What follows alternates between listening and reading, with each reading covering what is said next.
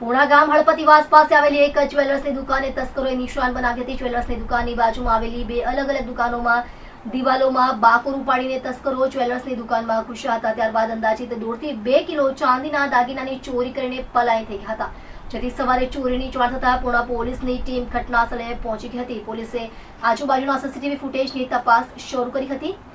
પર્વત પાટિયા હળપતિવાસમાં થનારામભાઈ ચૌધરી ભાવના જ્વેલર્સ નામની દુકાન ધરાવે છે। ગત તારીખ 23/11/2025 રોજ રાત્રે 8:30 કલાકના અરસામાં તેઓ જ્વેલર્સની દુકાન બંધ કરીને ઘરે ગયા હતા। ત્યારે રાત્રિના સમયગાળા દરમિયાન તસ્કરોએ ભાવના જ્વેલર્સને નિશાન બનાવી હતી। તસ્કરોએ સૌથી પહેલા નાગણેચી જેન્ટ્સવેર નામની દુકાનમાં શટર તોડી અંદર પ્રવેશ કર્યો હતો અને ત્યારબાદ દુકાનની અંદર દિવાલમાં બાકોર ઉપાડ્યું હતું। ત્યાંથી તેઓ શીતલ ફૂટવેર નામની દુકાનની અંદર ગયા હતા, જ્યાં પણ તેઓએ દિવાલમાં બાકોર ઉપાડી ભાવના જ્વેલર્સની અંદર પ્રવેશ કર્યો હતો। ત્યારબાદ તસ્કરો જ્વેલર્સની દુકાનમાંથી અલગ અલગ ચાંદીના દાગીનાની ચોરી કરીને પલાયન થઈ ગયા હતા। સવારે થનારામભાઈ ચૌધરી દુકાને જતા તેઓને ચોરીની જાણ થઈ હતી, જેથી તેઓએ આ મામલે પોલીસને જાણ કરતા પૂર્ણા પોલીસની ટીમ અને પીઆઈ સહિતના ઉચ્ચ પોલીસ અધિકારીનો કાફલો ઘટનાસ્થળે પહોંચી ગયો હતો। પોલીસે થનારામભાઈ ચૌધરીનું નિવેદન લઈ કેટલા રૂપિયાની ચોરી થઈ તેની ફરિયાદ લેવાની તજવીજ હાથ ધરી છે। જોકે પ્રાથમિક તપાસ દરમિયાન અંદાજિત 1.5 થી 2 કિલો ચાંદીના દાગીનાની ચોરી થઈ હોવાનું અનુમાન હાલ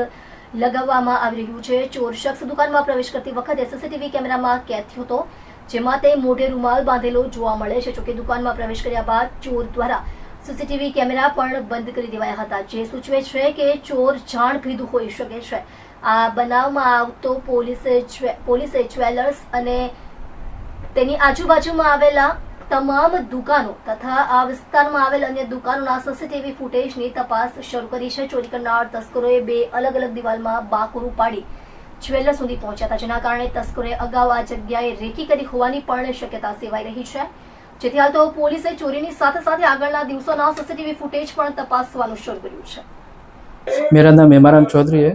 ये भरत पाटिया भावना ज्वेलर्स आया हुआ है सुरभि कॉम्प्लेक्स के अंदर।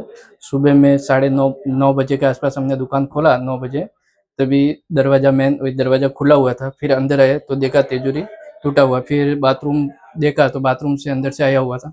ऐसा लग रहा है कि कपड़े वाले की दुकान है, 2 दुकान छोड़ के, और बीच में चप्पल वाला है। चप्पल वाला की दुकान है, वो 3-4 दिन से बंद था। उसका देख के उसने ये ऐसा लग रहा है कपड़ा वाला ही है कंफर्म। उसका फोन भी बंद है अभी तक।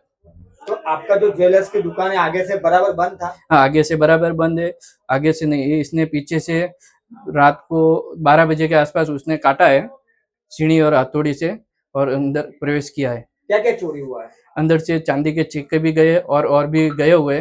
वो स्टॉक लेंगे तब मालूम पड़ेगा कितना क्या गया हुआ है। अंदाजे कितने की चोरी हुई? वो ऐसा अंदाज से नहीं बता सकते, वो स्टॉक लेंगे तभी मालूम पड़ जाएगा। ऐसा है। पुलिस